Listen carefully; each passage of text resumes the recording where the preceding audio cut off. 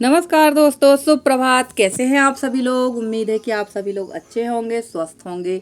और दोस्तों, ये है सुबह सुबह का व्यू और रात को ही है काफ़ी बारिश, तो मैंने कहा चलिए आपको सुबह का व्यू दिखाते हैं। और बारिश अभी भी हल्की फुल्की वाली हो रही थी, बहुत तेज़ी की नहीं हो रही थी, पर पूरी उम्मीद थी कि बारिश होगी और बहुत ज़्यादा बारिश होगी। और इस बार हमारे यहाँ काफ़ी बारिश हुई है। मौसम सिर्फ अभी 3-4 दिन के लिए खुला था, इसके बाद से मौसम बिल्कुल भी नहीं खुला। नमस्कार दोस्तों, राधे राधे। कैसे हैं आप सभी लोग। उम्मीद है कि आप सभी लोग अच्छे होंगे, स्वस्थ होंगे। और दोस्तों, हो चुकी है सुबह की शुरुआत। और सुबह की शुरुआत तो आप लोग देखते हैं कि हमारे यहाँ बारिश के साथ ही होती है और बाहर होने लगी बहुत तेज़ी की बारिश। तो चलिए देखते हैं इस तूफानी बारिश में कैसे होगा काम हमारा।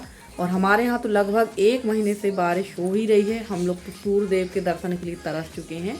तो चलिए, बारिश अपना काम करेगी, हम लोग अपना काम करेंगे। तो चलते हैं, देखते हैं क्या क्या काम हमारे बाकी हैं, तो वो काम निपटाते हैं सुबह के। और ये देखिए फ्रेंड्स, यहाँ पर हो रही थी काफ़ी तेज़ बारिश, फिर से शुरू हो गई थी। जैसे कि बताया था मैंने कि बारिश होगी और काफ़ी तेज़ बारिश होगी। तो ये देखिए बारिश शुरू हो गई है। और फ्रेंड्स, जो मेरे पुराने व्यूवर्स हैं, पुराने चैनल के, वो लोग कहेंगे कि दीदी आपके यहाँ तो सूतक है और आप यहाँ पर वीडियो बना रहे हैं। और ये पहले का वीडियो मैंने पहले ही आप लोग को क्लियर कर दिया है। और देखिए, यहाँ मैं सारी साफ सफाई करके गई थी और ये गाय जो बछड़ी थी, ये घुसकर पूरे आलू, टमाटर और जो धनिया पत्ती थी वो पूरी खा ली थी। क्योंकि मैंने सुबह ही सब्जी वाली से टमाटर लिए थे और धनिया पत्ती ली थी, वो सारी खा गई। और हस्बैंड बैठे हुए थे बाहर और उन्होंने देख भी लिया, तो गाय को बाहर नहीं किया।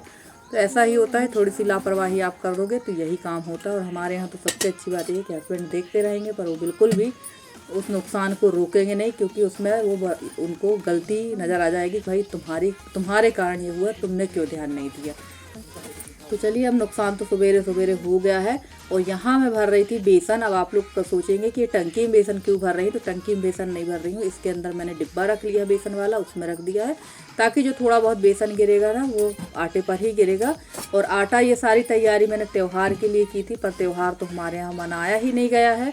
और आप लोग सोचेंगे क्यों नहीं मनाएगा, तो सारे लोगों को जानकारी है कि त्यौहार क्यों नहीं मनाया गया है। तो यहाँ पर आटा भी रखूँगी मैं से पलटा के। और रसोई काफ़ी सूखी सूखी सी लग रही है आपको, क्योंकि एक दिन पहले रात को ना मैंने यहाँ की कर दी थी लिपाई। क्योंकि रात को लिपाई कर दो तो सुबह तक कुछ ना सूखा सूखा सा रहता है, वरना अगर सुबह लिपाई करो तो एकदम चिपचिप सा होता है।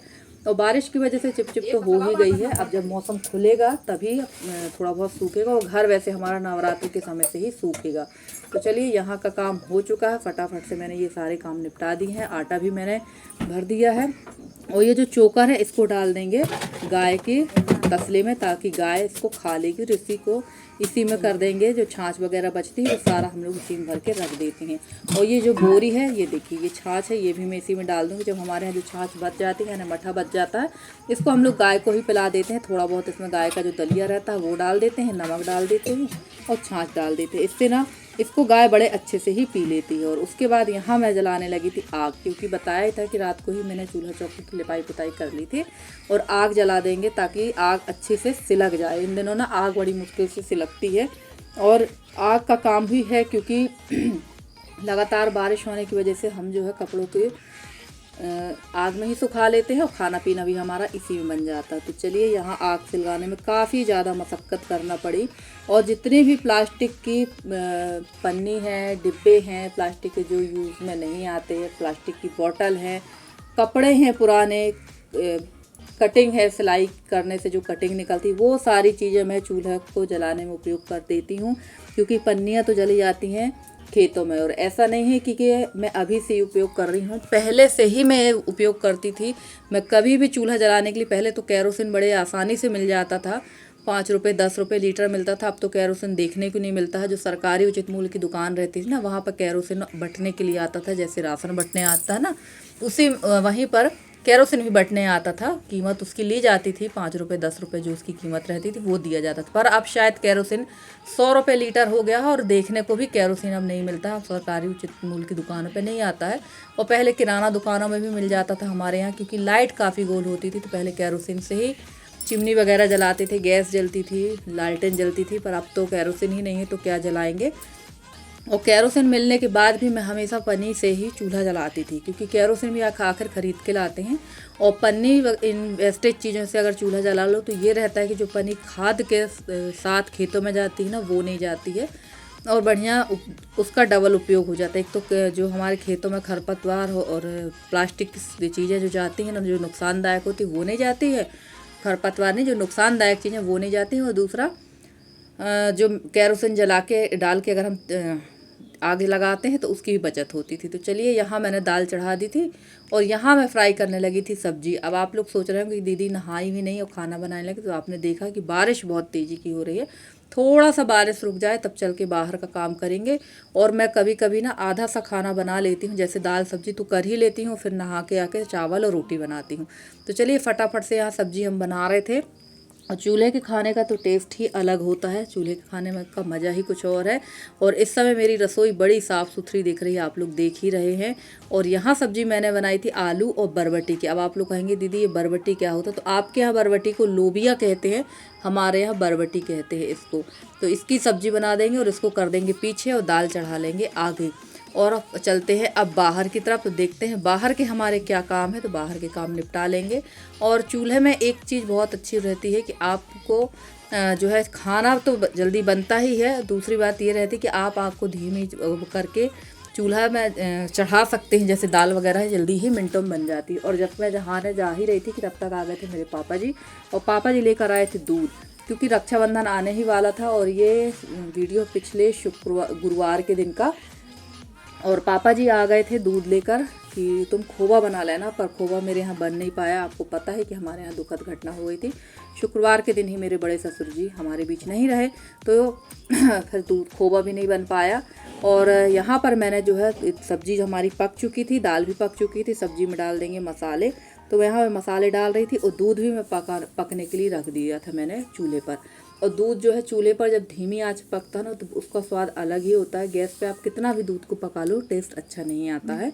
और फ्रेंड्स, मेरे जो ये वीडियो है, इस चैनल में जो वीडियो है वो अब आपको रेगुलर ही देखने को मिलेंगे। और मेरे वीडियो 1 बजे अपलोड होते हैं इस चैनल पे, और पुराना जो चैनल है ब्लॉग विद निधि, उस पर वीडियो अपलोड होते हैं 12 बजे।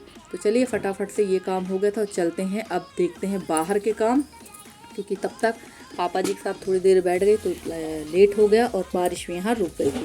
तो चलिए ये जो आटा वाली बोरी थी इसको भी मैं धुल लूँगी, क्योंकि पुरानी बोरी थी ना, उसको रख दिया मैंने, ऐसे ही रख दिया था, तो उसमें बहुत ज़्यादा फफूंद और कालिक लग गई है, क्योंकि वो हवा में रह गई। और आटा वाली बोरी को अगर हवा के संपर्क में रख दोगे, खासकर बारिश के टाइम पे या थोड़ी बहुत पानी अगर चला जाएगा, तो वो बोरी पूरी ख़राब हो जाती। इसलिए मुझे दूसरी बोरी पर पिसवाना पड़ गया गेहूँ।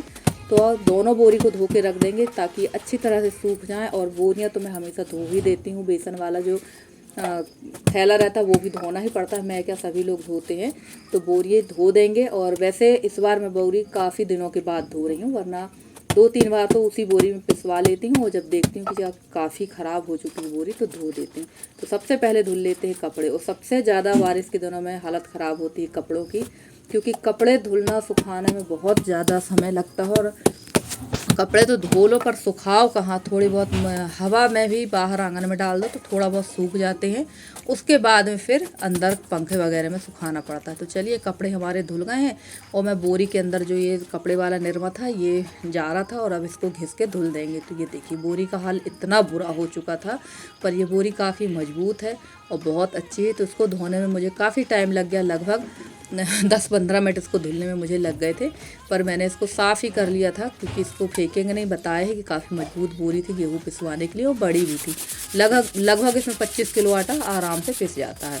और फ्रेंड्स, आप लोगों को मेरे वीडियो कैसे लगते हैं? अगर मेरे वीडियो पसंद आते हैं तो प्लीज़ वीडियो को लाइक करके, चैनल में नए हो तो चैनल को सब्सक्राइब करें, और अपना प्यारा सा सहयोग इसमें हमारे साथ बनाए रखें। तो चलिए यहाँ बोरी को मैंने अच्छी तरह से धो लिया था, और उसको 2-3 बार घिस के धोया था, तब जाकर ये कहीं साफ़ हुई थी। और वैसे बहुत साफ़ हो गई थी मेरी बोरी।